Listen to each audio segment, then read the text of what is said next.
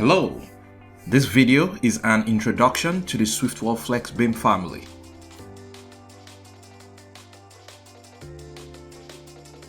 Start by loading the SwiftWall components into your Revit model, then choose the type of wall you wish to create.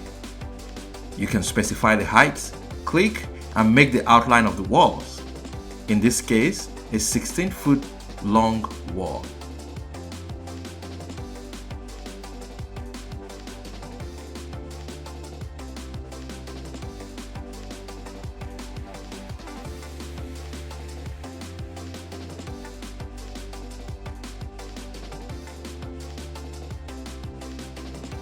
Now, let's move that out to an open area.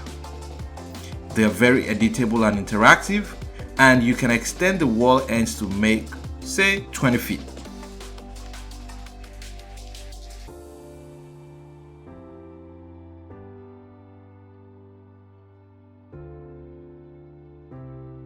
You can adjust the overall wall height,